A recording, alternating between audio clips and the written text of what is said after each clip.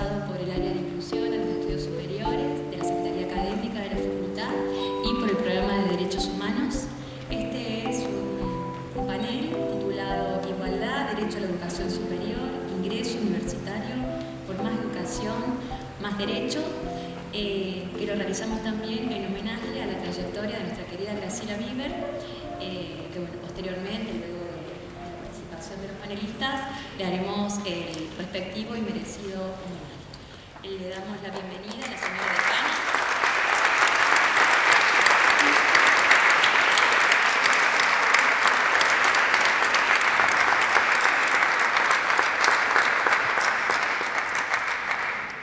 Y ahora la señora decana de la facultad, la licenciada Flavia de Suto, va a decir las palabras de apertura. Bueno, buenas tardes. Con algunas, bueno, nos conocemos largamente. Algunos y algunas nos hemos visto en este recorrido que hemos hecho con Sebastián, con el vicedecano de la facultad que está con nosotros. Y con otros nos estaremos viendo entre jueves y viernes, que vamos a saludarlos en otros cursos que todavía no tuvimos oportunidad de dialogar. ¿Por qué este año tener este panel de derechos humanos que todos los años se lleva adelante en el marco del desarrollo del curso de nivelación de las diferentes carreras que se estudian en la facultad? ¿Por qué tenerlos hoy aquí, todas juntos en la Sala de las Américas del Pabellón Argentina? ¿Por qué también en este acto en el que convocamos a estos colegas, compañeros, compañeras muy queridos, ¿no? Por eso es importante, ya seguramente Denise los va a presentar, pero el profesor Echichuri y la profesora Galano, que le agradecemos mucho que se haya venido hasta acá, la profesora Cerveto, porque le estamos dando esto que para nosotros es muy importante y lo estamos de alguna manera poniendo en consideración de un modo mucho más resaltado, de un modo mucho más destacado. Porque tenemos también un homenaje muy importante a nuestra querida profesora Graciela Bieber, como decía hace un momento Vanessa, que es una persona clave en la trama de este espacio académico, de este espacio universitario, de este espacio en el que ustedes comienzan a caminar juntas la universidad como un espacio de vida. En esa trama de este curso de nivelación, Graciela ha tenido un protagonismo fundamental, no solo en eso, pero sobre todo en eso para este momento que compartimos. Y imagínense que para la facultad esa experiencia que celebramos cuando vamos más tarde a celebrar a Graciela es crucial, porque tiene como protagonistas nada más y nada menos que a los y las ingresantes. Significa poder comunicar lo que nosotros como comunidad académica, comunidad de vida, comunidad política estamos proponiendo y crear un clima, como conversábamos en algunos cursos de ingreso, para que esas propuestas reciban a su vez y puedan entretejerse en el diálogo con cada una y cada uno de ustedes, ¿no? A través también del trabajo de los y las docentes, también de los y las adscriptas, ayudantes, alumnos, alumnas que están trabajando codo a codo en cada uno de esos espacios. A través de ir conociendo a nuestra facultad en sus diferentes ámbitos, tanto lo que nos toca a nosotros como gestión, la misma Secretaría de Asuntos Estudiantiles, el Centro de Estudiantes, las diversas expresiones de la vida política y académica en nuestra facultad. Y ahí viene el panel de Derechos Humanos, 20 años del desarrollo de este panel en el marco de este curso de nivelación. Ustedes saben que también el año pasado el programa de Derechos Humanos que coorganiza junto con este ámbito de la Secretaría Académica dedicado a pensar y a trabajar el ingreso, la permanencia, el programa de Derechos Humanos cumplió 10 años en nuestra facultad. Yo formé parte de ese grupo de consejeras y consejeros del consejo directivo que pudimos trabajar en la generación de ese programa. Y había una palabra que aparecía cuando estábamos con el programa y demás, una palabra que de alguna manera venía siendo trabajada en nuestra facultad y que venía siendo materializada en esos paneles que tenían 10 años más, ¿sí? que es la idea de la transversalidad en la formación académica, en la formación de grado y en general, en toda la vida de la facultad, de la cuestión de los derechos humanos. Ustedes saben que esa cuestión, y soy breve para pasar la palabra a quienes hemos convocado hoy, es una cuestión crucial en nuestra vida como país y como región. Hace a la identidad política de nuestros pueblos y de esos grandes procesos colectivos de los que hemos participado y en los que ustedes también, a partir de sus trayectorias personales, pero también a partir del camino que hoy como estudiantes de los diferentes ámbitos de las humanidades están emprendiendo, van a inevitablemente tomar parte, involucrarse, ese camino colectivo largo. 40 años de democracia también se cumplen este año. 40 años de una democracia que en lo mejor que tiene, dado que tiene muchas asignaturas y muchas cuestiones por resolver, fue tramada, fue tejida, fue construida desde los organismos de derechos humanos y muy en particular desde las madres de Plaza de Mayo, las abuelas de Playa de Mayo, los hijos e hijas contra el silencio, contra la impunidad, contra el olvido.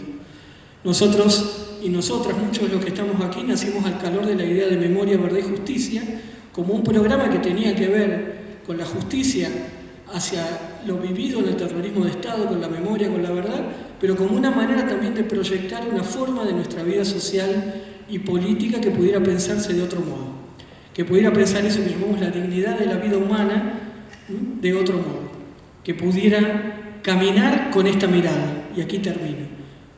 La mirada de los derechos humanos en la enseñanza que hemos recibido en nuestro trayecto histórico como país y como región nos devuelve, me parece, esta idea, que el lugar crucial, vieron como la piedra de toque, el carbono 14, el lugar donde se prueba si en nuestras sociedades la preocupación por los derechos humanos y la lucha por ellos es auténtica, es si aquellos y aquellas que en nuestra sociedad están en una situación de mayor debilidad porque han sido empobrecidos, porque han sido discriminados por razones raciales o de sus identidades sexogenéricas, o porque se encuentran en lugares que desde el punto de vista de la consideración social son absolutamente discriminados, como pueden ser los institutos penitenciarios.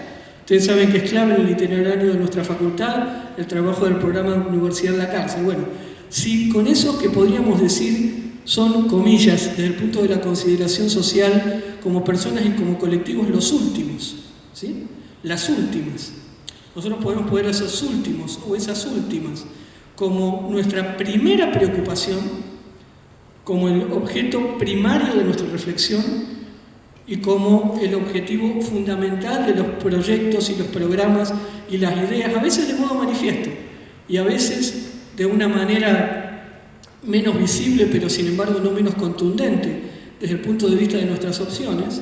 Y si a eso le podemos agregar la idea de justicia educativa, que el derecho a la educación superior no es una mera inclusión formal, sino tiene que ver con el protagonismo real de este conjunto de personas que con toda claridad tenemos que seguir convocando a la universidad y creando las condiciones para que eso ocurra. Si podemos hacer que los últimos sean los primeros, si podemos postularlo con nuestras vidas y con nuestros conocimientos, entonces, bueno, estos derechos humanos y este trabajo que nos propusimos desde el principio, en el que Graciela ha tenido un rol fundamental, pero también muchos de los compañeros y colegas que hoy nos acompañan y están acá y han hecho la carne viva de esta facultad. Entonces me parece que estaremos probados y probadas en aquellas cosas que como estudiantes, docentes, trabajadores de la universidad y sobre todo de la Facultad de Humanidades estamos llamadas, convocadas. Así que bueno, muy agradecida por todo el trabajo por el que hemos podido llegar hoy aquí, muy agradecida a quienes nos acompañan para llevar adelante el panel. Tendremos oportunidad de expresar aún más nuestro agradecimiento a la trayectoria académica, vital de Graciela entre nosotros y muy agradecida a ustedes, a cada uno, estudiantes, docentes, también por supuesto a nuestros compañeros no docentes que están registrando y a todos los que están trabajando para que podamos hoy llevar adelante esto. Y bueno, ustedes saben que toda palabra de agradecimiento supone también una palabra de compromiso, compromiso de poner de parte de la gestión todo lo que tengamos a nuestro alcance para que estas ideas y estos proyectos se materialicen. Muchísimas gracias nuevamente.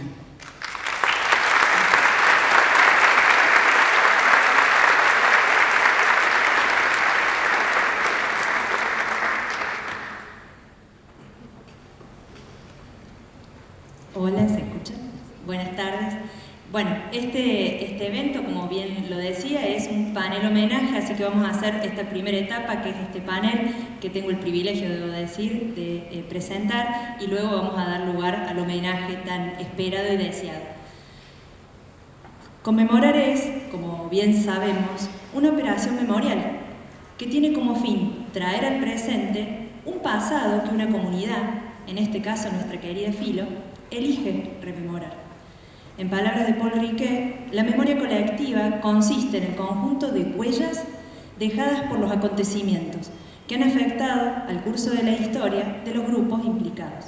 Sin duda, los paneles de derechos humanos, ideados por nuestra querida Graciela, en el marco del ingreso a nuestra facultad, son una huella que ha marcado profundamente nuestra memoria e identidad colectiva como miembros de Filo y que hoy queremos compartir con nuestros queridos ingresantes 2023 y bueno, algunos estudiantes anteriores. Cuando organizábamos este panel, comenzamos a historizar esta memoria. Por una parte, la impronta que ha marcado el paradigma de los derechos humanos, como un poco mencionó Flavia, y la centralidad que sigue teniendo un momento fundacional, como es el ingreso a la universidad y la constitución de una ciudadanía universitaria, anclada en el conocimiento de los derechos humanos. Compromiso institucional que hemos asumido en esta facultad desde los años 80. Por otra parte, desde el año 2003 hasta la actualidad, de manera interrumpida, nuestros recuerdos atravesaron el desafío que ha sido y es garantizar el derecho a la educación superior, con los avances y retrocesos que el contexto ha ido presentando. También emergió otra conmemoración social que impacta en nuestro país, como son los 40 años del retorno a la democracia, y la importancia de empezar desde el ingreso a conversar sobre esto. Sin dudas, se realizarán conmemoraciones a lo largo del año por parte de nuestra gestión, por lo que si bien este panel abordará este tema, tendrá como eje el vínculo entre derechos humanos e ingreso universitario. Este recorrido al pasado, esta historización de la memoria que acabo de realizar muy sucintamente, nos llevó a definir el título de este panel, que también se muestra, y creo que el equipo lo cree profundamente, como una consigna propositiva. Igualdad, derecho a la educación superior, ingreso universitario. Por más educación, más derechos. Estas palabras no solo hablan de 20 años de un hito central, sino también de un presente y un futuro. La memoria siempre se ata a los contextos del presente, a un balance del recorrido y al horizonte de expectativa hacia dónde mirar. Por todo esto, decidimos convocar a estos grandes especialistas, a quienes voy a presentar a continuación. Hará uso de la palabra primeramente la doctora Alicia Cerveto. Ella es profesora y licenciada en Historia, magíster en Partidos Políticos y doctora en Historia por la UNC. Es profesora titular de la Facultad de Ciencias de la Comunicación y adjunta profesora de la Facultad de Ciencias Sociales, además de investigadora del Centro de Estudios Avanzados. Es una referente en estudios sobre historia reciente argentina y ha dirigido y dirige grupos de investigación sobre estas temáticas.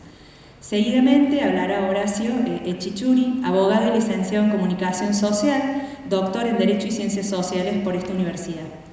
Actualmente se desempeña como profesor titular de la Escuela de Archivología y docente en la Facultad de Derecho. También dirige grupos de investigación, es investigador de CONICET y autor de numerosas publicaciones. Por último, Rosario Badano va a tomar la palabra. Ella es pedagoga, docente en grado y posgrado e investigadora tanto en la Universidad Autónoma como en la Universidad Nacional de Entre Ríos, ambas. Fue decana de la Facultad de Humanidades, Artes y Ciencias Sociales de la UADER y hace más de 30 años que trabaja el tema del ingreso a universidades públicas y el derecho a la educación. Promovió junto a otras facultades la red de ingreso, permanencia y graduación. Ha dirigido numerosos proyectos de investigación y es autora de libros y artículos acerca del ingreso universitario.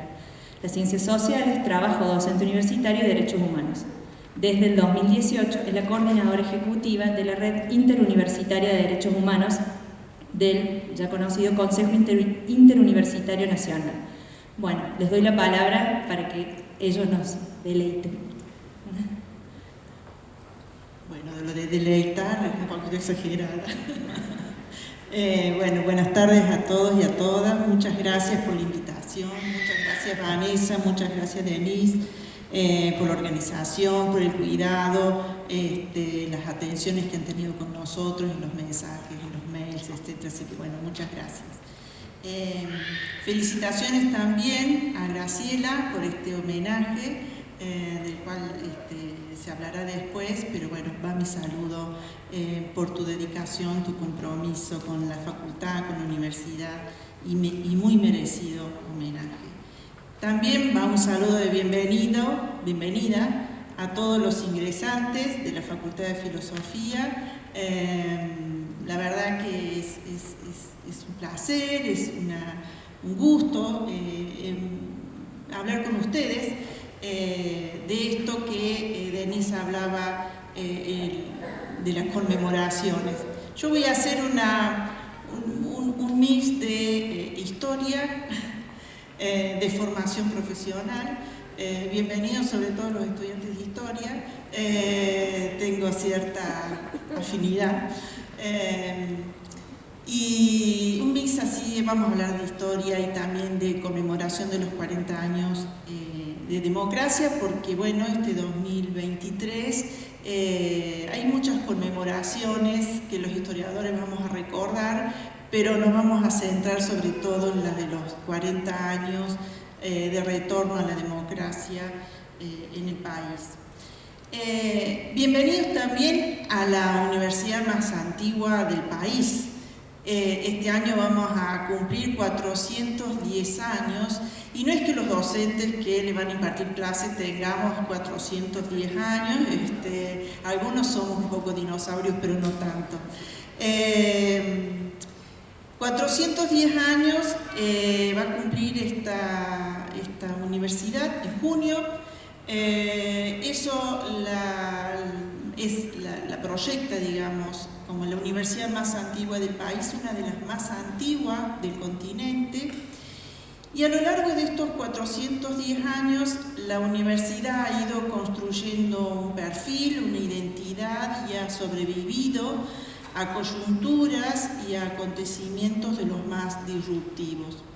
Y desde aquella universidad que fundaron los jesuitas, en 1613 a la actual, la verdad que hay un océano de diferencias. De hecho, fue creada bajo la órbita eclesiástica, bajo una orden, bajo la orden jesuítica, con el aval del Vaticano, con el aval de la monarquía, y uno se pone a pensar a quién se le ocurrió, más que a Trejo y Sanabria, que era un obispo, fundar un colegio en un poblado que era un caserío en medio del monte, acá en 1613.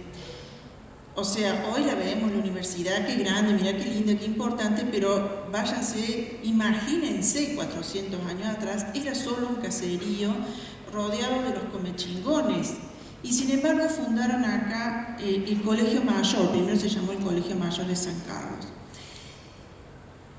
Obviamente y ciertamente esa universidad tenía la función de reproducir el orden dominante y sobre todo se construía y se formaba para formar, valga la redundancia, a las élites gobernantes y sobre todo esas élites que estuviesen al servicio de la monarquía española. Por lo tanto, esta universidad a la que ustedes ingresan hoy es esa universidad que tiene esa historia. Pero después atravesó muchos otros periodos.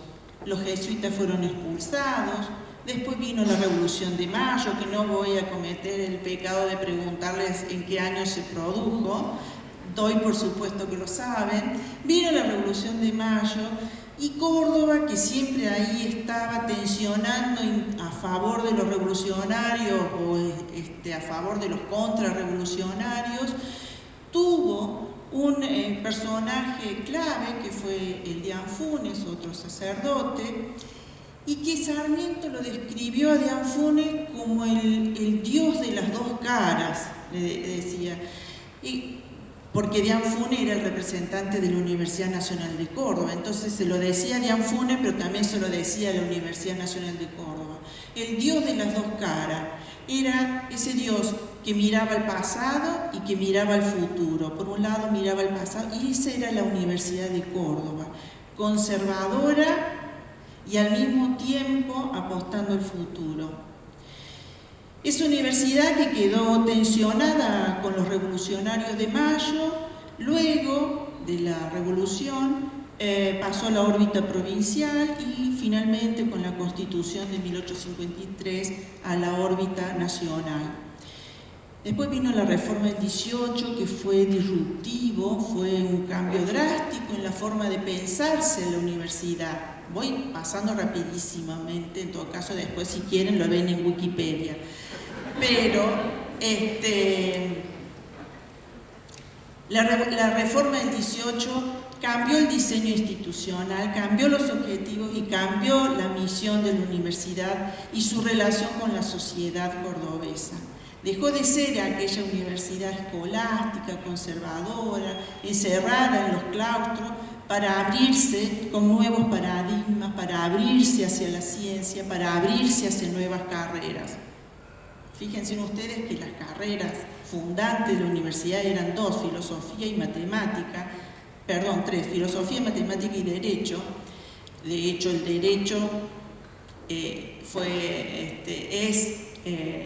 la facultad, acaba de hablar el profesor de Derecho, pero la facultad señorial de la Universidad Nacional de Córdoba, ¿no?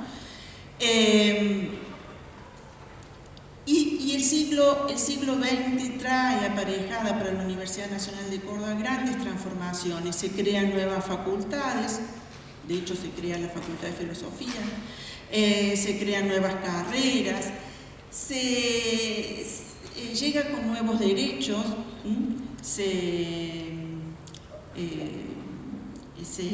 se dicta la gratuidad de la enseñanza de la educación superior, se masifica el ingreso a la universidad, se feminiza, ¿está bien dicho? Feminiza, ingresan más mujeres a la universidad. Es decir, el siglo XX es un siglo de grandes transformaciones para la universidad, para todas las universidades de la Argentina, pero sobre todo para la de Córdoba, producto, entre otras cosas, por lo que significó la reforma del 18. En el medio de esas grandes transformaciones, la universidad quedó envuelta, siempre estuvo envuelta y quedó atravesada por los vaivenes institucionales de la Argentina. Recordemos que la Argentina estuvo atravesada por 6 golpes militares, por 6 dictaduras militares. Y me quiero detener en la última dictadura militar, en la de 1976, porque fue la que más, ya la última dictadura, la anterior, la de 1966, había sido muy dañina para la universidad, pero la del 76 fue muy perjudicial, porque se entró a una etapa de oscurantismo que todo aquello que se había conseguido en el largo siglo XX quedó trunco. Se entró a una etapa realmente de oscurantismo, como le llamábamos, o como se le llama esa época. Los docentes y los estudiantes y los trabajadores no docentes fueron perseguidos, fueron vigilados, fueron controlados, cuando no encarcelados, secuestrados, desaparecidos. En el mejor de los casos pudieron exiliarse. Los planes de estudios quedaron vetustos, arcaicos, que no estaban acompañando las discusiones que se daban a nivel internacional. Es decir, realmente fue una etapa de achatamiento para la universidad o para los estudios superiores a nivel país. Yo, y esto es como experiencia personal, pero porque lo quiero atar a lo que vengo relatando, ingreso a la Universidad Nacional de Córdoba en 1984, a estudiar historia. En febrero de 1984, hacía 2 meses, 3 meses que había asumido el presidente de la democracia, o sea, yo ingreso a la universidad con la apertura democrática. Y realmente lo que uno vivió en ese entonces recuerda mucho a la película Argentina 1985, espero que la hayan visto, ¿la vieron? Miren que está nominada al Oscar y es muy importante que la vean, porque además los profesores de historia le van a preguntar si la vieron. Se las recomiendo, es una linda película que recrea el clima político y social de los años 80 a la vuelta a la democracia. Eso que se ve en la película también se vivía en muchos ámbitos, entre ellos en la universidad. El miedo, el pensar que te están vigilando, el temor a que entre los compañeros había espías,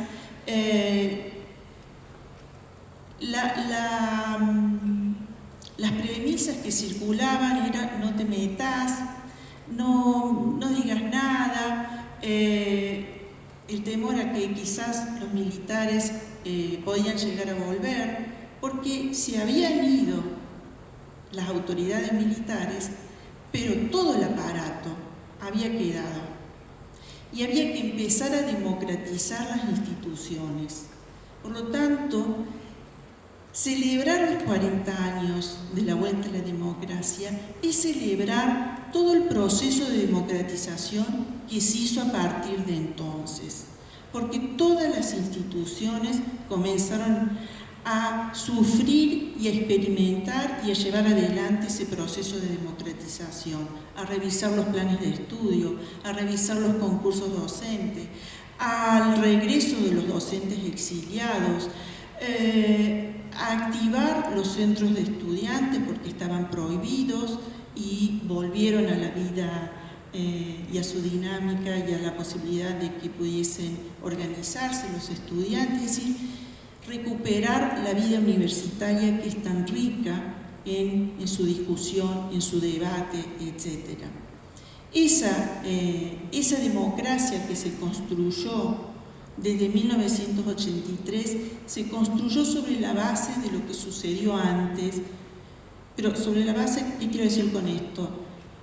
Se construyó después de mucho dolor, de muchas muertes, de muchas ausencias, de mucho sufrimiento. No solo por los desaparecidos, sino también porque lo que le da el certificado de muerte a la dictadura fue la guerra de Malvinas, que fue una derrota rotunda, profunda, y nunca hubo un homenaje tan sentido y tan bien hecho que la canción de Muchachos, cuando dice es la tierra de Diego y Leonel y de los pibes de Malvinas que jamás olvidaré. Muchos seguramente la cantaron y no sabían quién eran los pibes de Malvinas. Los pibes de Malvinas eran los que fueron a la guerra de Malvinas, una guerra declarada por el militar presidente entonces Galtieri, que le declara la guerra a Inglaterra para recuperar las Islas Malvinas. Ese sentido homenaje, que la verdad fue oportuno, porque si bien tenía que ver con la euforia mundialista y que todos lo cantamos y nos sentimos orgullosos y alentados, también tenía una mirada histórica de recuperar aquello que se había olvidado, que eran los héroes de Malvinas, porque la democracia se construyó, entre otras cosas, porque la derrota de Malvinas significó la pérdida total de posibilidad de perpetuarse en el poder por parte de la dictadura. Bueno, no sé si me fui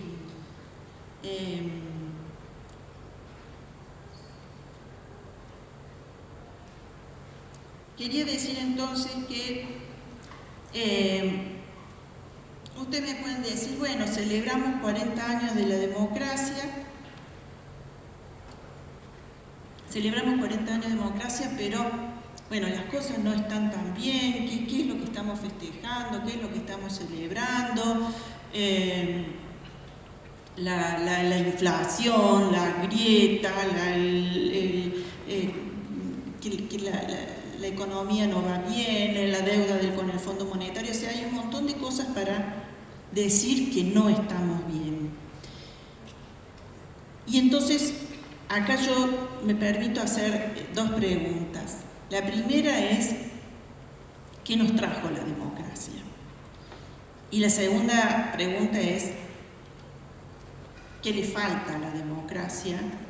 Y en esa pregunta, ¿qué le falta a la democracia? ¿Qué riesgos tiene la democracia? ¿Y de qué nos tenemos que preocupar con respecto a la democracia? ¿Qué nos trajo la democracia? En principio, espérenme que me desordene. En principio nos trajo libertad. Eso que ustedes, la mayoría de ustedes han nacido, son millennials, y han nacido con la libertad. Pero muchos otros de los que estamos acá, no. Nacíamos en época de dictadura, nacíamos en época de proscripción, y entonces la democracia nos trajo libertad, que no se sintió la libertad el 10 de diciembre de 1983. Se fue sintiendo con el correr de los años.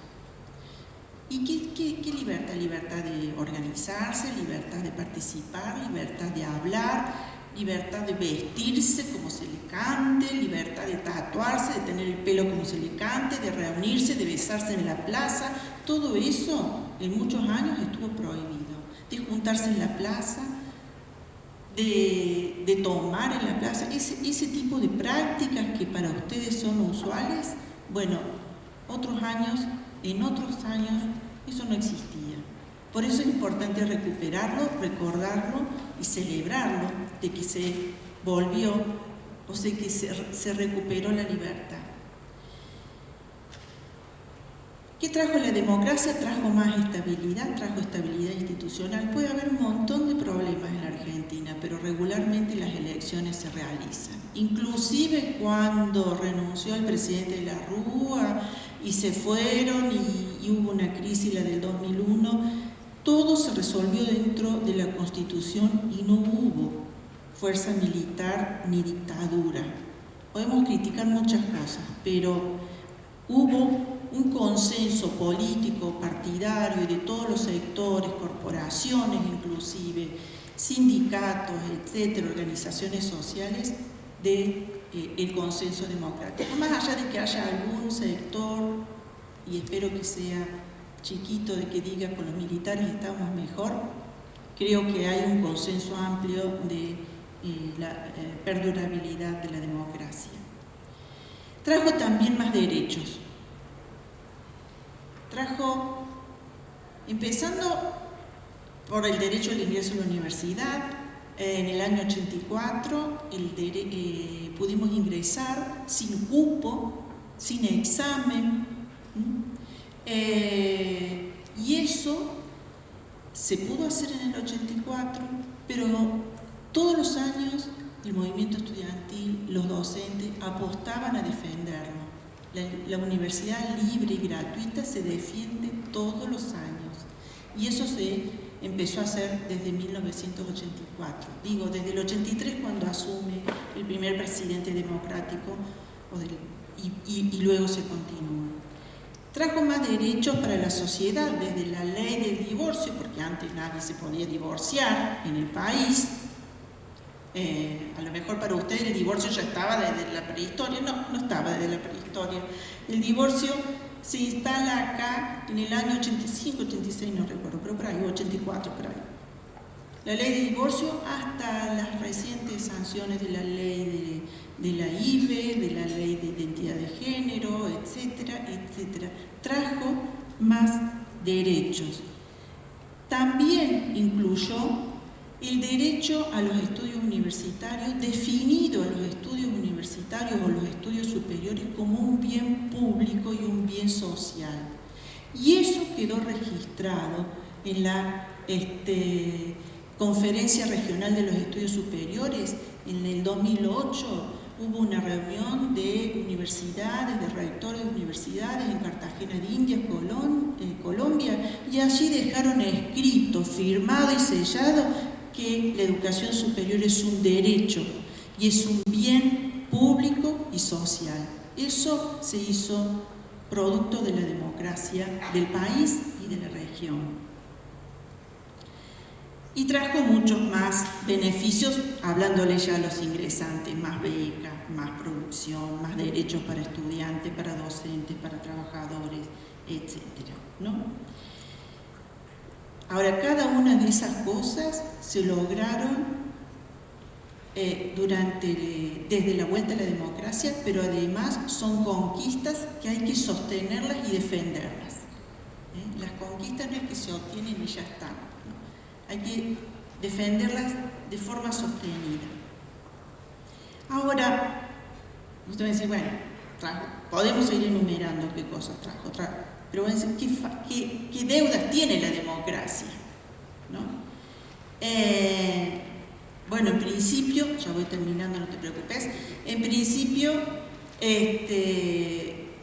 no basta solo con el ejercicio de ir a votar, con la libertad de ir a votar, la libertad individual que tiene cada uno de ejercer el derecho político de ir a votar, de elegir de acuerdo a sus ideas, de elegir o de ser elegido. Es importante, fundamental, no están mal los militares, podemos elegir a nuestros gobernantes, pero falta más, no basta con eso solamente. Falta incluir, además de la idea de libertad, falta incluir la idea de igualdad. Nunca fueron de la mano la libertad y la igualdad. Siempre, la miro a la filósofa, siempre hubo tensión allí entre la libertad y la igualdad. Dos premisas que vienen de la Revolución Francesa. No le voy a preguntar la fecha, tampoco me acuerdo ahora, 1700 y algo. 1789, gracias. Es decir, falta diseñar, luchar y pelear por una sociedad menos desigual. Y en esto la universidad tiene mucho por decir y por hacer. ¿De qué nos debemos preocupar ustedes, los jóvenes? De la concentración de poder. Una democracia que está condicionada por los micropoderes y no tan micro. Es una democracia que apunta a lo que se llama la poliarquía, que son centros de poder que condicionan la democracia. Y ese tipo de democracia es en sí mismo excluyente, porque la decisión está concentrada, y como la decisión está concentrada es difícil disputarla. ¿De qué debemos preocuparnos? De la persuasión cada vez más insistente de las clases dominantes de que vivimos en un país de mierda, de que este país no tiene futuro, de que este país nada funciona, de que en este país es mejor irse que quedarse. Es una forma de corroer la autoestima, es una forma de tener un pueblo resignado, es una forma de hundirlo y de considerarlo impotente. Hay que terminar con esa idea de que somos un desastre y de que somos un estorbo. Martínez de Hoz, que era ministro de Economía en la época de la dictadura, había dicho: a este país le sobran 10 millones de personas. No, esos son mentiras. Hay que empezar a terminar con esas mentiras, hay que desmitificarlas. La universidad tiene que salir a decirlo, las aulas tienen que decirlas, los pasillos tienen que ser lugares donde se discutan esas verdades que parecen indiscutibles. No, Tenemos que ser capaces de indignarnos, tenemos que ser capaces de cuestionar eso que se repite al unísono. Porque si no, no tenemos, realmente, si no somos capaces de discutir esas verdades, realmente el futuro se hace muy difícil. Y lo último que quería mencionar sobre las deudas y de lo que deberíamos preocuparnos, tiene que ver con la política de derechos humanos. No claudicar, ¿no? Hace falta completar, sostener y continuar con las investigaciones, con los juicios vinculados a la violación de los derechos humanos en la última dictadura militar. A pesar de esas limitaciones, a pesar de las preocupaciones, sigue siendo el mejor sistema que conocemos hasta ahora. Quizás aparezca en algún lugar, no lo sabemos, algún otro régimen político que nos convenza más que la democracia. Hasta ahora es lo mejor que conocemos. Y requiere de todos nosotros una actitud comprometida, una actitud crítica. Solo si entendemos las lógicas sociales, culturales y políticas, podremos actuar sobre ellas. La universidad tiene mucho por hacer, todos nosotros también. Gracias.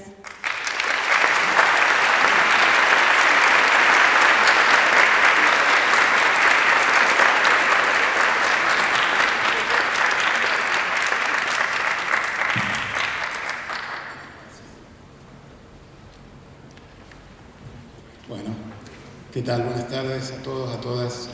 En primer lugar, un agradecimiento a las autoridades de la facultad, al área de inclusión a estudios superiores y al programa de Derechos Humanos de la facultad por el privilegio de poder estar en este panel con Alicia, con Rosario.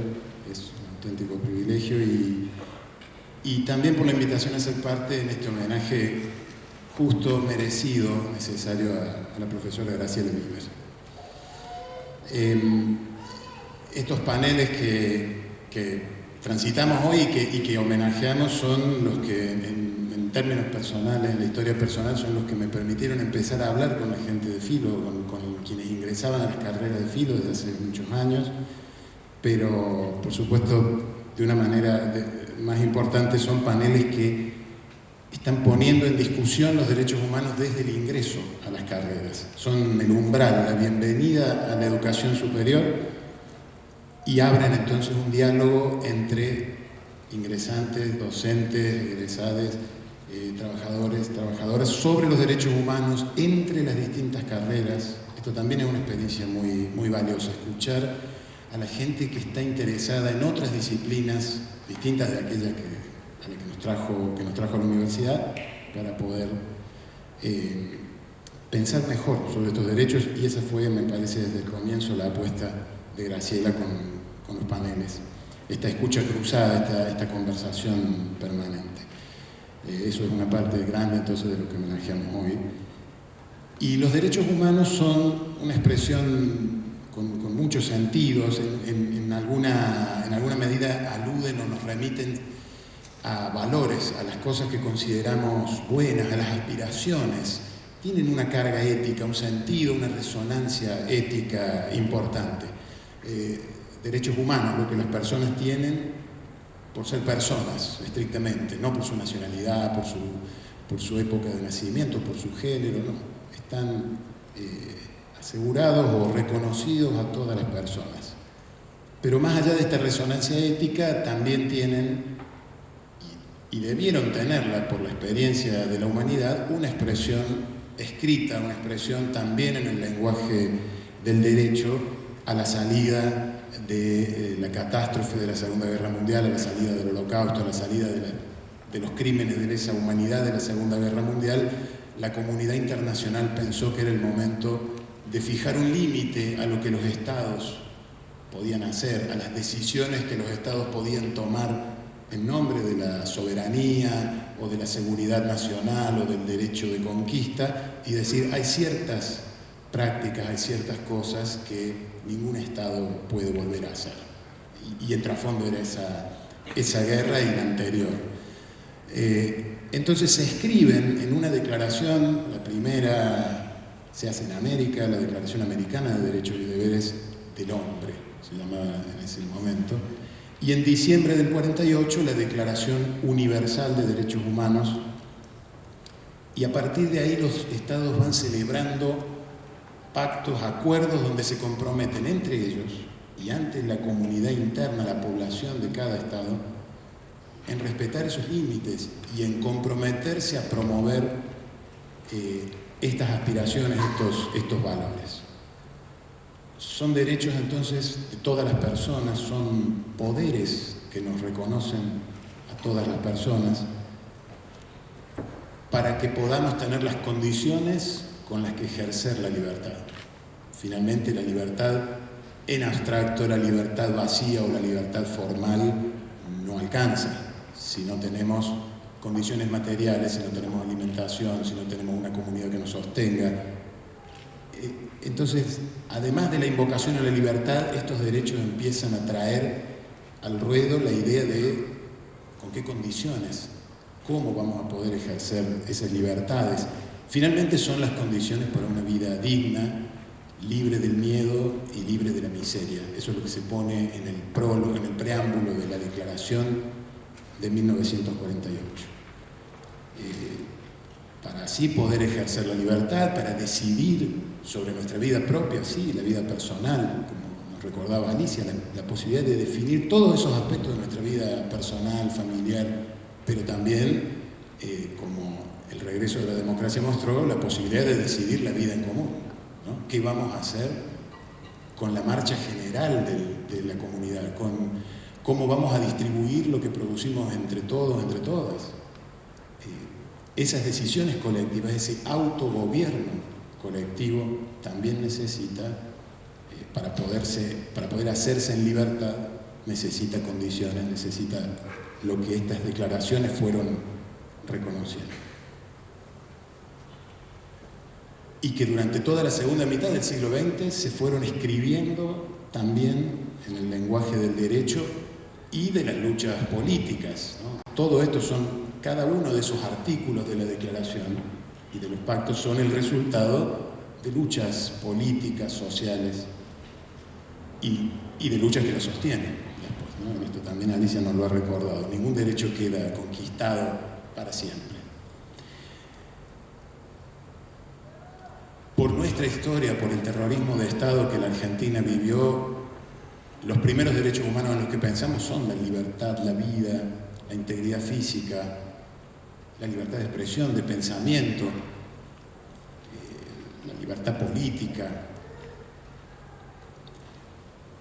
la libertad de creer en un Dios o en ninguno, de adherir a un ideal político, a un sistema social o a otro. Pero también en esa misma declaración están consagrados otros derechos que sirven también para darle contenido a esa libertad, y algo hemos adelantado, lo que llamamos derechos sociales o derechos económicos, sociales y culturales, ¿no? El derecho a la alimentación. Es imposible ser libre si uno no está alimentado o alimentada. El derecho a la salud. El derecho a la vivienda, porque qué posibilidades hay de reflexionar, de ejercer la libertad si uno está en la intemperie. El derecho de trabajar, el de agremiarse, porque trabajar significa también tener que conseguir condiciones de trabajo dignas. Acceder a la ciencia, a la cultura, lo hemos vivido en los últimos años. No importa si hay desarrollo científico, lo importante también es quién puede acceder a él, ¿no? Si la humanidad ha logrado crear vacunas, eso es una muy buena noticia, pero inmediatamente va a surgir la pregunta de quiénes van a poder acceder a él. Y el derecho a la educación, también consagrado en la Declaración Universal de Derechos Humanos, en los pactos que la comunidad internacional fue firmando y en las constituciones de cada uno de los países. Ese derecho a la educación incluye como derecho humano a la educación superior. No se limita a la educación básica ni a la educación media. Está también la educación superior. Como un derecho humano, no como algo que tenemos que, entre comillas, merecer o heredar. Es tan derecho como la libertad de expresión, como el derecho a votar o la libertad de culto.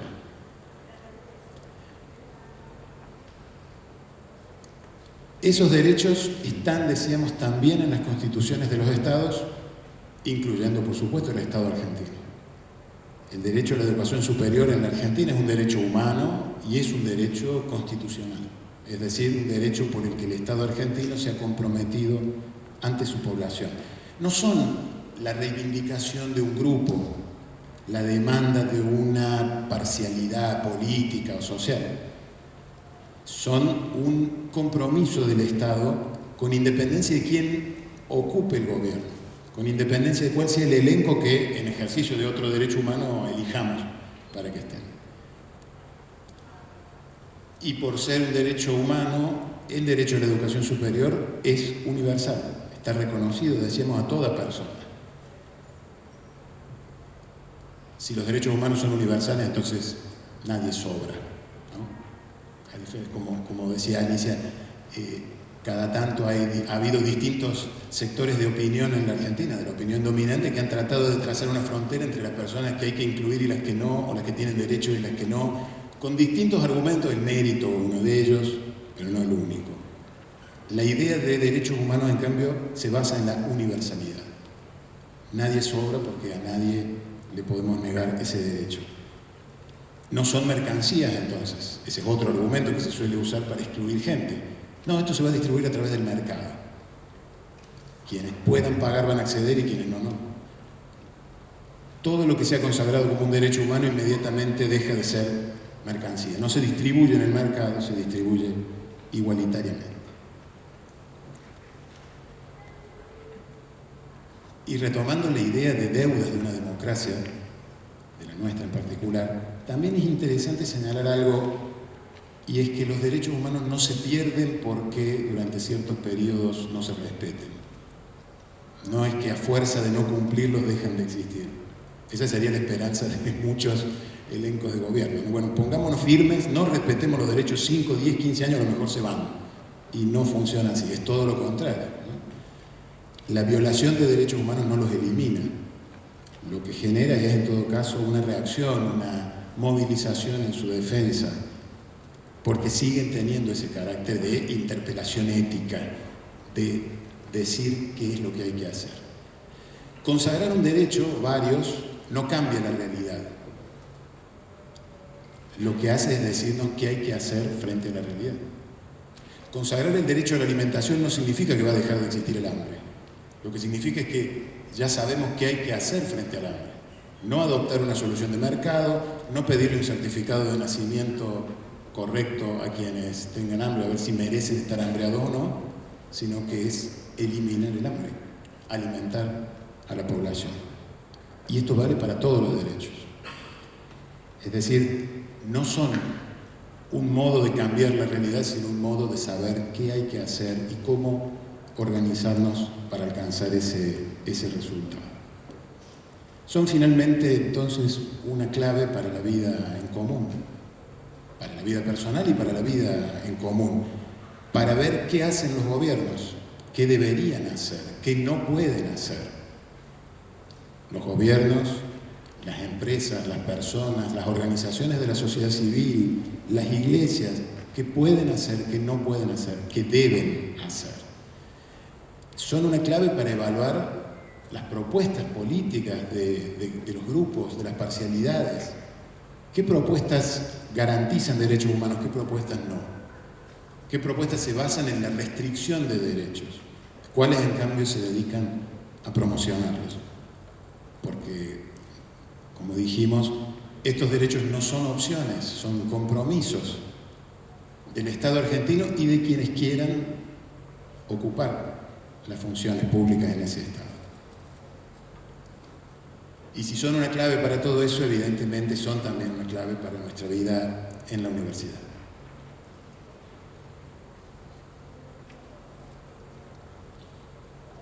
Son las bases para poder preguntar qué prácticas en la universidad sirven para adelantar derechos, para promoverlos, para reconocer ese derecho universal a la educación y cuáles no, cuáles nos acercan a la vigencia plena de los derechos, cuáles nos alejan.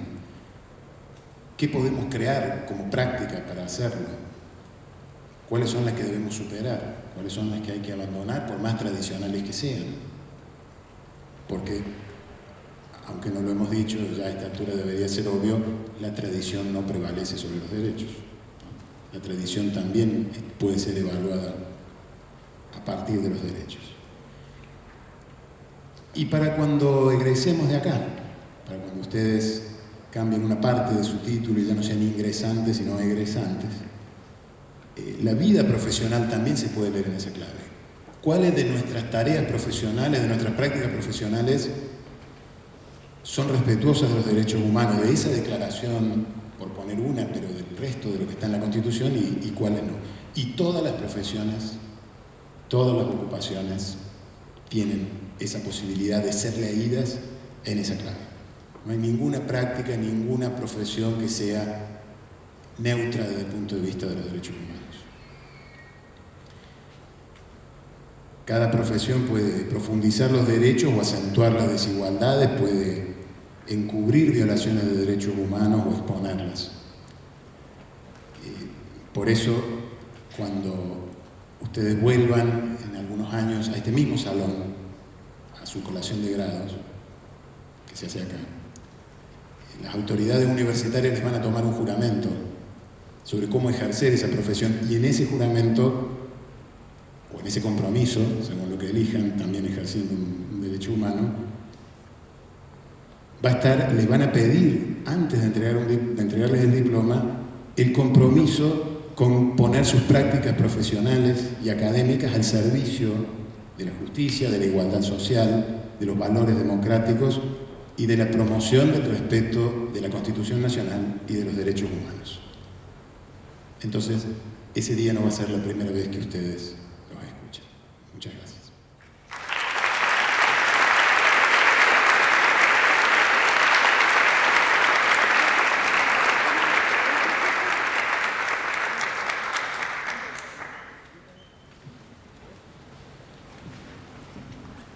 Bueno, después de semejante partener, qué desafío, ¿no? Bueno, buenas tardes a todos, a todas. Nobleza obliga, más allá de que parezca reiterativo, quiero agradecer el convite que me realizaron para estar en este homenaje a nuestra querida Graciela Viver, que ella ha abierto tantos surcos respecto del derecho a la educación, en el cual, tal como decía la colega, ha podido dar huella, ¿no? También agradecer la amorosa invitación de la querida facultad, en la persona de Vanessa López, para ser parte de este panel que conmemora 20 años, tal como se ha planteado acá, pero que esos 20 años, si lo miramos en el hilo del acontecimiento, tiene que ver con la persistencia de una idea, pero de una idea que se materializa, que toma cuerpo y que toma vida. Entonces, podemos inscribir este acto en un acto de memoria y de justicia porque habla de los espejos en los que queremos mirarnos, ¿no? Entonces, en ese sentido, hay una propuesta de política académica de la facultad y vaya ahí mi reconocimiento.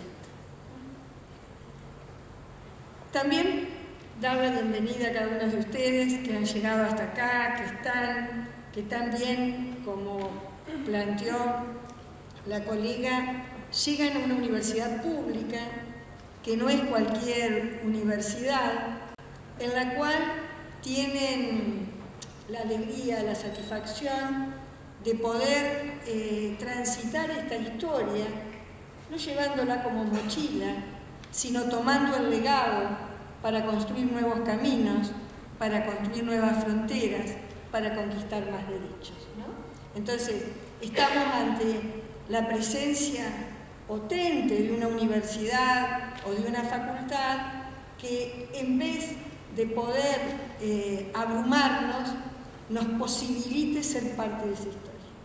No nos perdamos esa oportunidad, ¿no?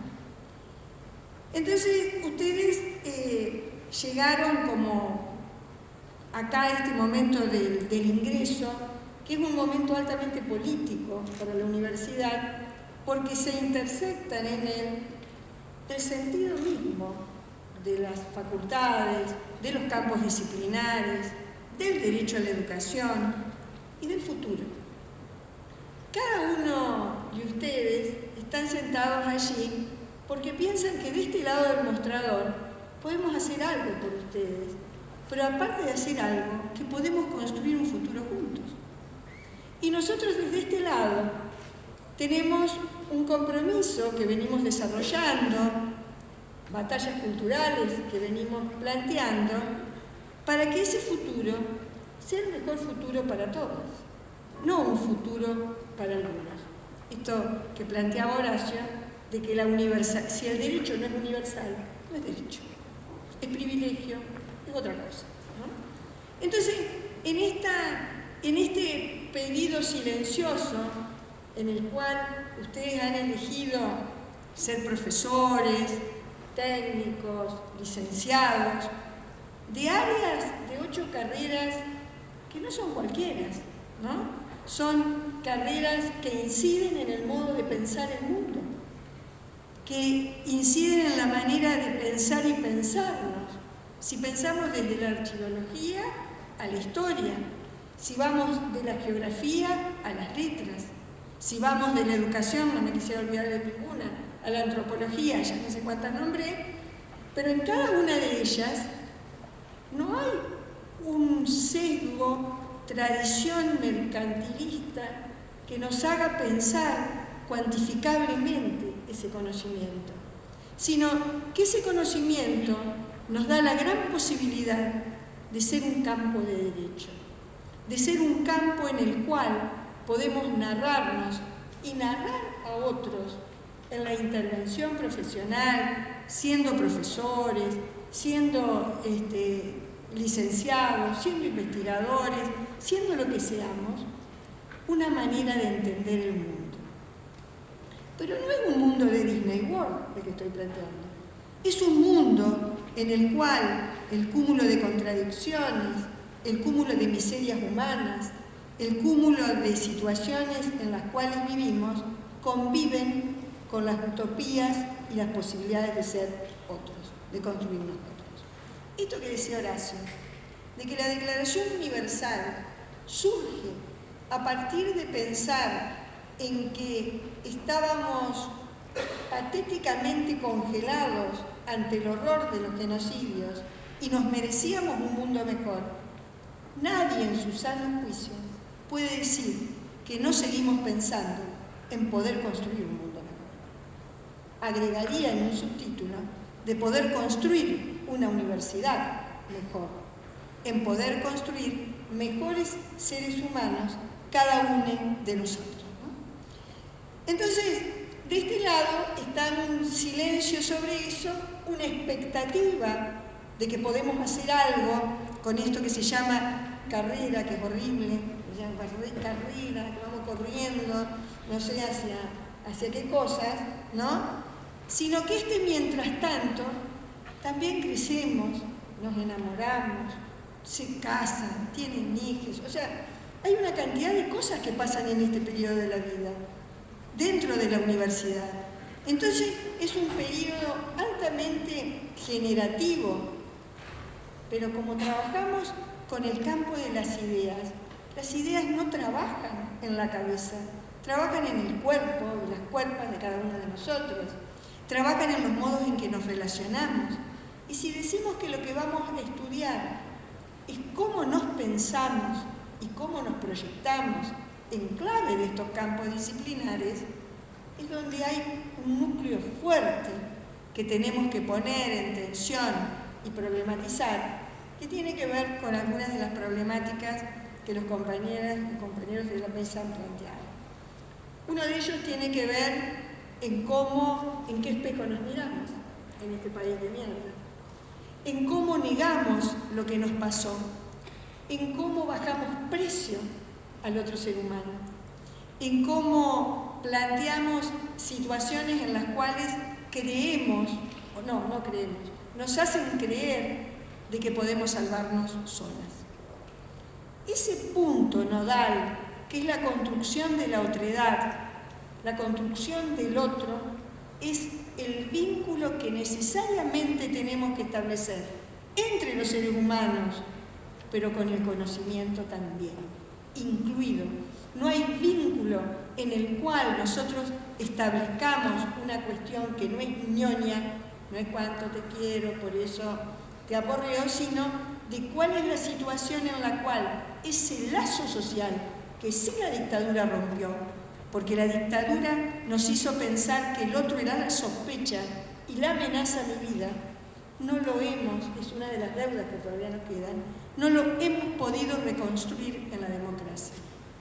No hay un sí mismo, una mismidad sin un otro en el que me pueda mirar para reconocerme. No hay un mérito individual más allá de que me quemen los ojos y me queden rojos estudiando, si no hay una política que sustente que yo pueda hacer las cosas. No hay acá ingresantes y estudiantes que vinieron solos, más allá de que hayan tomado un colectivo desde su pueblo hasta acá. Cada uno de los que estamos acá estamos acompañados y acompañadas en nuestras expectativas, en lo que nuestra madre, nuestra tía, nuestro novio, el que nos empujó para llegar, por todas las razones posibles que puedan estar. Porque algunos quisieron estar acá y otros están porque los mandaron y otros porque algo hay que hacer en el 2023, porque si no en mi casa me matan. Entonces, las diferentes razones, cuando llegan acá, comienzan a ser un problema nuestro para que ustedes de ingresantes se transformen en estudiantes universitarios. Y que esa transformación de estudiantes universitarios se pueda dar en una clave en la cual recuperamos la solidaridad, que no es un concepto viejo, es un concepto que sustenta a la vida humana.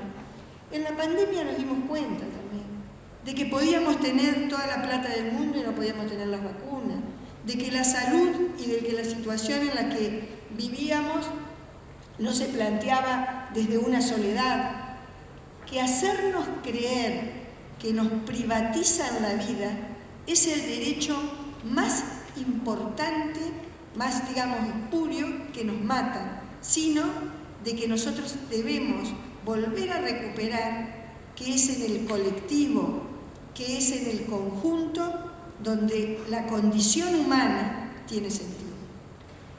Por el otro lado, hay una cosa interesante, que ustedes llegan a una facultad, también a una universidad, pero quiero referirnos a esta facultad, que tiene una política de memoria que está comprometida con su tiempo histórico. Esta facultad tiene un diálogo con lo que nos pasa, tiene un diálogo, tiene una denuncia, tiene un soporte acerca de lo que acontece y nos pasa. Entonces, para construir un sujeto y una sujeta que hable con lo que nos pasa, necesitamos necesariamente formarnos políticamente y, digamos, históricamente. No hay formación política sin formación histórica. Entonces, ¿por qué digo esto? Porque muchas veces se dice, la facultad te politizan, te llenan la cabeza. No. En la facultad nos hacen, o en la universidad, nos hacen ver que si nosotros no somos sujetas políticas, históricas, saber de dónde venimos, por qué nos pasa lo que nos pasa, no somos sujetas libres, sino que somos sujetos enajenados. Somos sujetos a las cuales los otros pueden decidir sobre nosotras, donde no podemos, eso de decir, yo no me meto en política porque no me interesa. El otro día escuchaba, lástima que no me acuerdo a quién citar, pero escuchaba a alguien decir que el que dice eso, seguro es de derecha. ¿no? O sea, no hay nadie que defienda principios, que esté planteado y que diga la política no me interesa. ¿Cómo no me va a importar la política? ¿Cómo no me importa la vida? Como que no me importe la salud, como que no me importe las cosas, el alimento, ¿no? La política es lo que regula, lo que hace posible que las cosas sean. Si no hay una perspectiva política acerca de los acontecimientos, no hay posibilidades de transformación. Que eso tenga práctica, después más, es otro el tema. Es otra la situación a combatir. Pero se ha demonizado a la política porque desarma a cada uno de nosotros. Nos desarma como sujetos, nos deja sin posibilidad y cuando alguien se siente sin posibilidad, se siente acorralado, se siente sin ganas, se siente sin vitalidad. ¿Y qué necesitamos nosotros? Nosotros, si hay algo que tenemos y que estamos acá y que todos los años batallamos por los cargos que vamos a tener, por la situación de los ingresantes, por cómo los vamos a recibir y demás, es porque creemos severamente en la juventud. Si no creyéramos en la juventud, si no creyéramos en las posibilidades que tenemos del diálogo intergeneracional que intentamos con todos nuestros déficits de establecer, digamos, no estaríamos planteando esto. Si no creyéramos en el lugar emancipatorio que tiene el conocimiento, en la potencia transformadora, piensen que vamos a conocer en estos años y en estos momentos incluso ideas y situaciones que no se nos habían cruzado por la cabeza, que de donde estábamos y donde vivíamos ni se hablaba de eso, no porque se hable en difícil, sino porque vamos corriéndole a un sentido común, una idea de que hay situaciones y controversias que pasan por determinadas razones, que esas razones tienen perspectiva y explicaciones, que tenemos que aprender a escuchar para poder argumentar, que tenemos que aprender a discutir para poder disentir. Y eso no se aprende gratis, son aprendizajes dolorosísimos, porque aprendemos a partir de nuestros errores, aprendemos a partir de callarnos, aprendemos a partir de dar la razón cuando no queremos darla, aprendemos a ver qué es lo conveniente sobre lo no conveniente, ¿no? Entonces aprendemos a flotar de determinada manera y después nos damos cuenta que flotando no tiene un horizonte de sentido, sino que uno flota, nada más, ¿no? ¿Para qué? Para poder construirnos en una ciudadanía crítica, ampliada, solidaria, y no una ciudadanía estrecha, boba, que lo único que hace es votar, porque si no tengo un turno de, no sé si lo tienen acá, pero un turno de castigo, ¿no? Sino que esa situación de la ciudadanía, que es universitaria, pero que es social, cargándole de sentido, el mejor homenaje que le podemos hacer a 40 años de democracia, ¿no? En el recorrido que tan brillantemente han hecho los compañeros, ¿no? En esta institución, esta es una institución del Estado, por lo tanto hay una idea de nación acá adentro. No es que la nación no existe, la nación está en sus particularidades y su geografía de cada uno de los lugares que vinieron. Y están presentes a su vez todas las políticas que con errores y sin errores, con restricciones y avasallamientos, se han venido desarrollando durante estos años. Pero hay una que yo quiero destacar, que tiene que ver con que a lo mejor muchos están acá, y es con la obligatoriedad de la escuela secundaria. En 2006, en este país, la Ley de Educación Superior plantea que la educación secundaria sea obligatoria para todos. Eso cambia la escena en el nivel superior. ¿Por qué? Porque la escuela secundaria, más allá de las dificultades, de los esfuerzos, de las severas cuestiones económicas y de conocimiento que tiene, hace muchísimo por alojar a los estudiantes y retenerlos, ¿no? Y estos estudiantes, al terminar su escuela secundaria, que no la pensaban en un tiempo anterior, este escenario de la universidad se presenta como próximo. Entonces nosotros recibimos a muchos de los estudiantes que vienen, y lo decimos con orgullo, pero también con compromiso y con dificultad, de que son la primera generación de estudiantes de nuestra familia.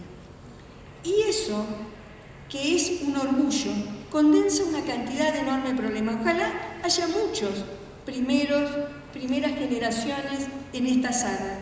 Y ojalá que haya muchos segunda generación en esta sala, porque nos habrá dicho que sus hermanos ya vinieron a la universidad y ahora está yendo otro miembro de la familia a la universidad. ¿Por qué? Porque como acá, bien dijeron nuestros compañeros, no sobra nadie, todos somos necesarios, todos somos imprescindibles en este país. Que nos eduquemos es la mejor apuesta que podemos hacer a la democracia. Es la mejor apuesta que no tiene una situación que cae individualmente, sino que se transforma en un bien social, porque no podemos vivir solamente, o sea, nadie va a vivir, por más rico que sea, bien si hay una desigualdad tal al lado de mi casa, ¿no? O sea, ese mundo también se torna invivible con la desigualdad, ¿no? Otro de los temas que quería plantear tiene que ver con qué derechos pugnamos, ¿no? Está el derecho a la educación, sí, el derecho a la educación, que lo trataron, y todos los derechos que vamos conquistando respecto de la equidad, la situación de género, la diversidad, los microrracismos que habitan en nuestras universidades y en nuestra sociedad. Discriminar solamente cuesta un gesto, ni siquiera podemos decir una palabra, ¿no? Esos microrracismos que nos hacen sentir que somos superiores ante determinado momento, la posibilidad de crear situaciones del centro y de afuera, de dónde venís y dónde te educaste.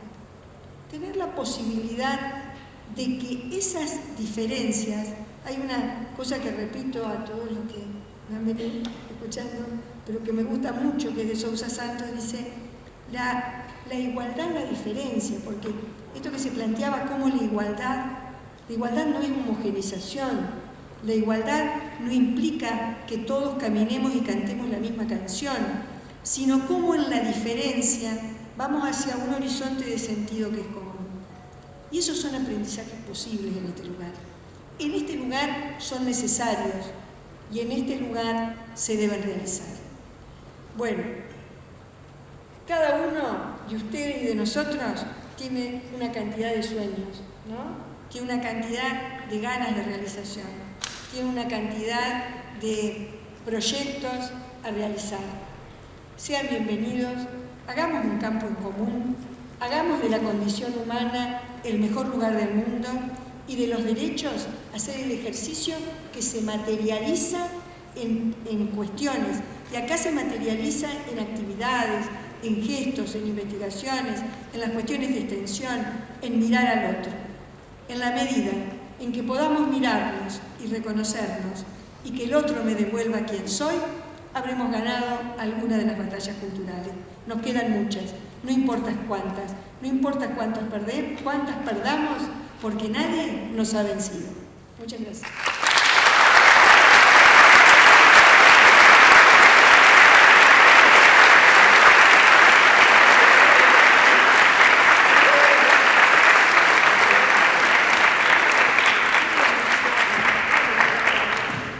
Bueno, muchas gracias a los tres. Ahí estamos diciendo cómo va variando el panel en función de... Habíamos pensado una cosa y se fue dando. Para muchos de ustedes, probablemente es el primer panel. Generalmente en los paneles, no siempre, se hacen preguntas. En este caso, excepcionalmente por los tiempos y porque también queremos dedicarle un tiempo a Graciela, que es nuestra homenajeada, vamos a dar lugar al segundo momento de esta jornada, en la que vamos a pedirle a que se acerque la homenajeada, por supuesto, la licenciada Graciela Bieber y la licenciada Vanessa López.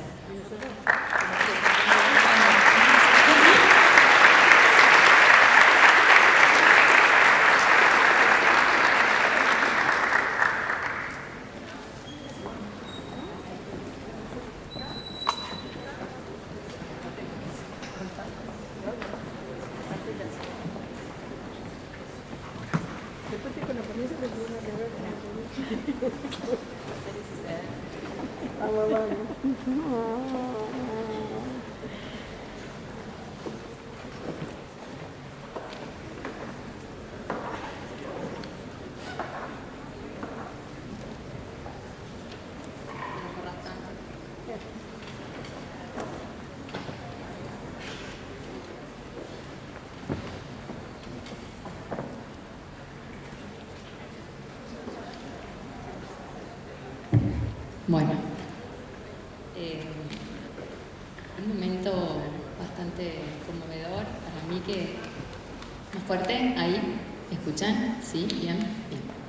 Bueno, un momento bastante conmovedor en lo personal porque, bueno, trabajé muchos años con Graciela, como muchos de ustedes aquí.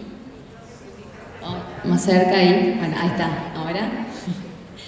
Digo que es un momento muy conmovedor, bueno, en lo personal para mí, porque trabajé muchos años con la GRA, en la Secretaría Académica, junto a Juan Pablo, y antes también, y muchos de ustedes también, porque bueno, son parte del curso de nivelación, y los equipos docentes, ayudantes alumnos, etcétera, que, bueno, la GRA es para todos los ingresantes, es una institución en esta facultad. Ahí, bien. Es una institución en esta facultad, así que bueno, quería decir eso en primer lugar, que estoy muy conmovida y creo que como facultad también estamos todos muy conmovidos, muy sensibilizados por este homenaje, que consideramos que los homenajes es bueno hacerlos en vida, ¿no? Bueno, voy a leer algo que preparé para vos, Graciela, que tiene que ver con vos y tiene que ver con la historia del ingreso a esta universidad y a esta facultad de filosofía. En esta ocasión, como ya dijimos, queremos homenajear a Graciela y reconocer su trayectoria, la GRA como la conocemos todos. Hacerlo supone recorrer también la historia del ingreso a la facultad y su larga tradición y defensa de la educación pública y el derecho a la educación superior. Pero si me permiten, voy a hacer una pausa para contarles un poquito sobre la GRA. Aunque me encomendó, digo encomendar, pero me ordenó, que fuera cortito y coloquial. Pero como aquí nos encontramos nada menos que con alrededor de 500 alumnos ingresantes, es necesario extendernos un poco para hacer memoria y que ellos también puedan inscribirse a partir de ahora en la historia institucional. Graciela es egresada de la Escuela de Ciencias de la Educación, como nos gusta llamarnos pedagoga. Obtuvo los títulos de profesora y licenciada, trabajó como docente en los niveles primario, terciario y universitario. Cuando corría el año 1998, asumió la menuda tarea de coordinadora general de los cursos de nivelación de la facultad, que en ese momento estaba integrada por las carreras que conocemos hoy y además la Escuela de Artes y la Escuela de Psicología, que posteriormente se independizaron y adquirieron el estatuto de facultad. Ejerció dicha tarea hasta su jubilación en 2016. Así es que si hacemos cuentas, fueron 18 años a cargo de recibirlos a ustedes, los ingresantes, que con los equipos docentes de las diferentes carreras afrontaban y aún afrontan el desafío de garantizar el acceso y la permanencia en la universidad pública, en esta casa de estudios en particular, en Filo, como nos gusta llamarla.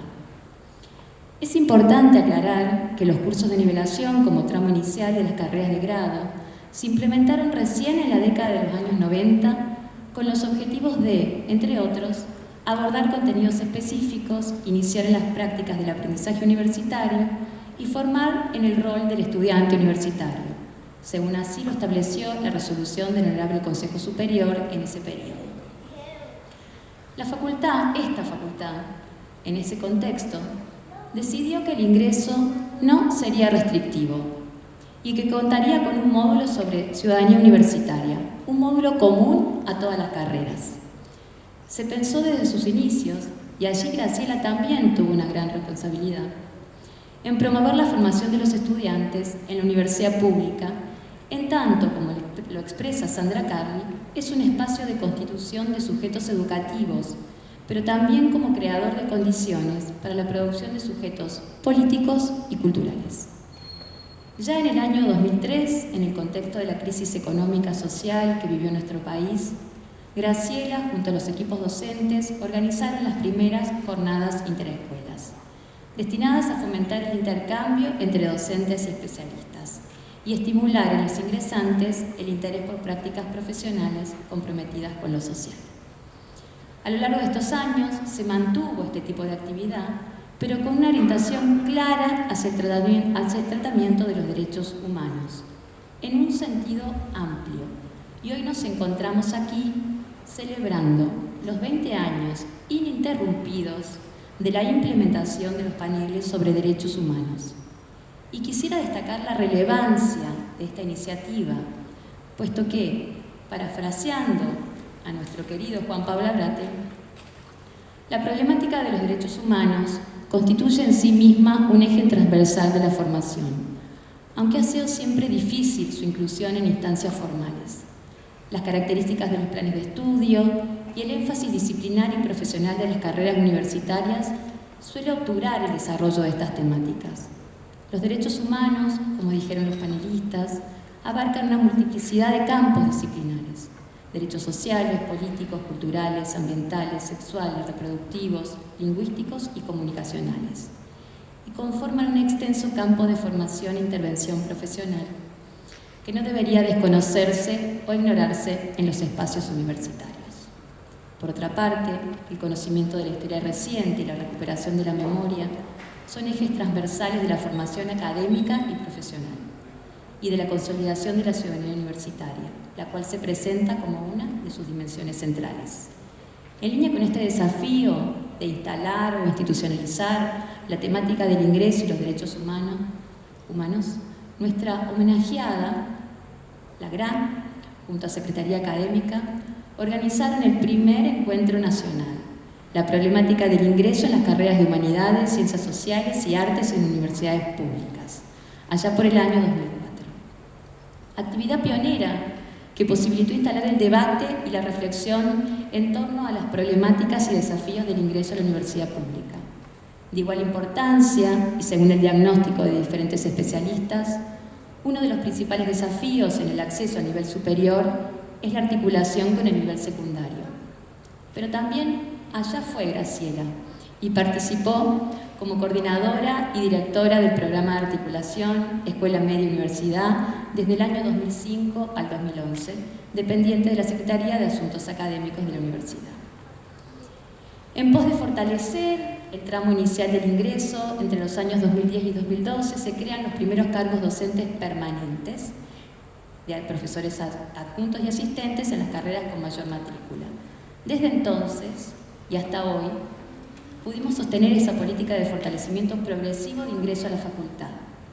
En el año 2022, desde Secretaría Académica y el área de inclusión estudiantil a los estudios superiores, pudimos alcanzar una meta largamente anhelada: que cada uno de los ocho equipos de ingreso de la facultad tuviera un profesor a cargo y un profesor asistente estables. Ello es, que puedan trabajar de manera permanente con los ingresantes en cada carrera.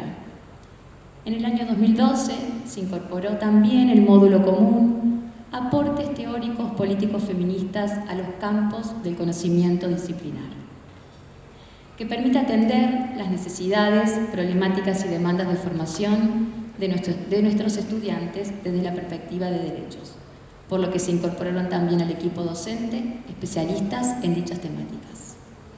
A modo de cierre, podemos decir que con Graciela empezamos un largo y creciente camino institucional que nos permitió poner en valor la instancia del ingreso, despejarla de todo indicio de selección o de evaluación meritocrática y constituirla en un espacio formativo para los cientos de jóvenes como ustedes que apuestan por nuestra facultad.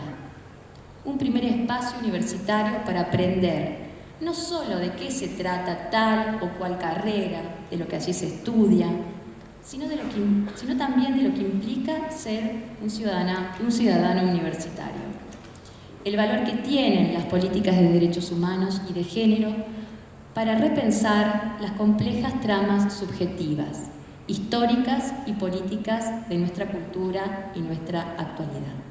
Empezamos a pensar juntos que ingresar a la universidad implica no solo formarse como especialista en una disciplina, sino en reconocerse como sujetos de derechos, implicados en una imbricada trama social y cultural. Por la labor realizada, por tu trabajo sostenido, y por el compromiso ético y político que asumiste con esta facultad y con esta universidad. Queremos manifestarte nuestro más grande agradecimiento. Muchas gracias.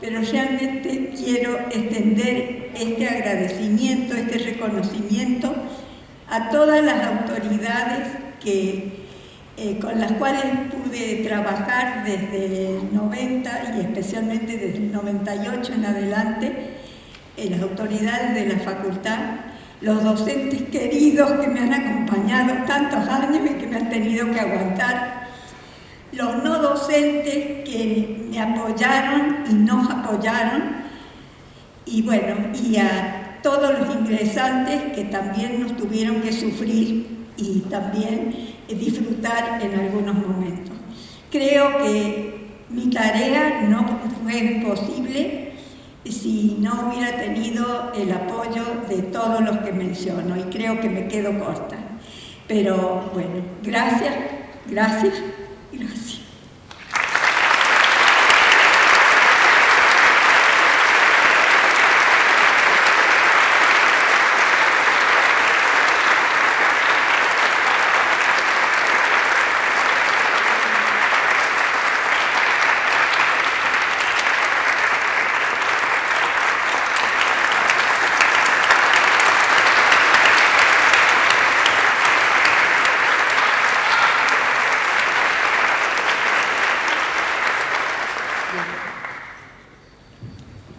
Difícil que hablar con esto.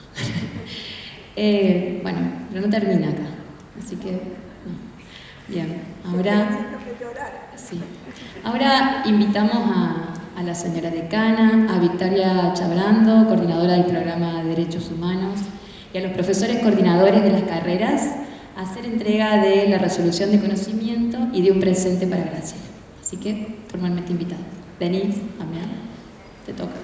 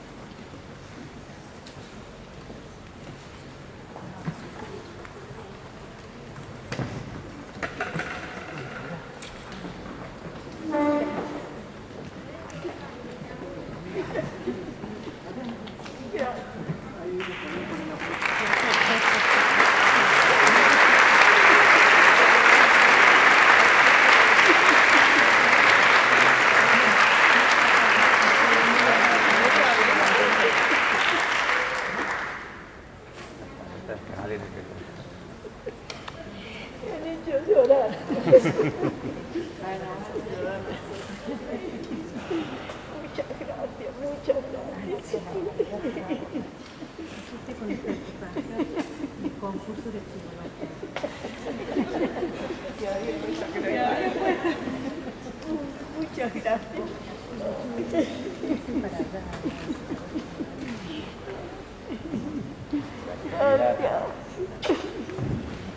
Bueno, ven que somos una facultad con mucho abrazo, ¿sí? Así que es un compromiso, ¿no?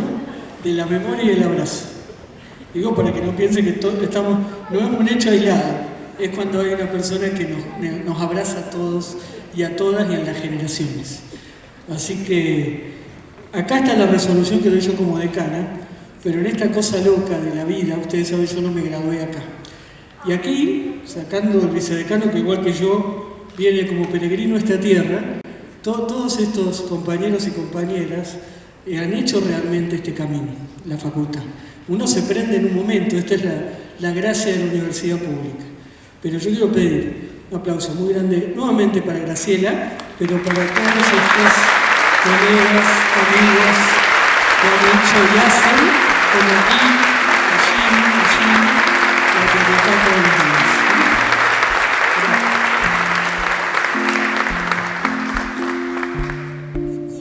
Quiero agradecer también que me los dejé en el tintero, al área de tecnología y el área de comunicación, que me han tenido que aguantar un poco.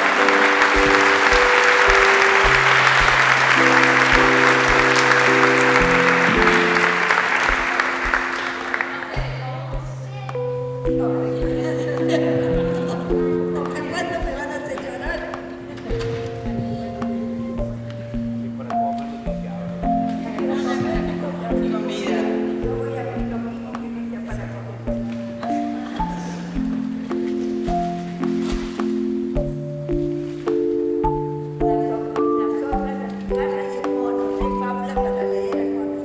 No sé de quién será, pero la quiero con todo mi alma.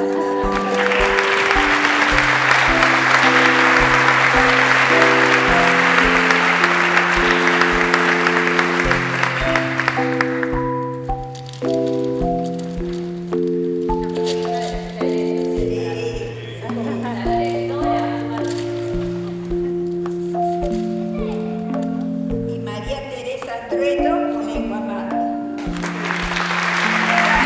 Gracias, gracias.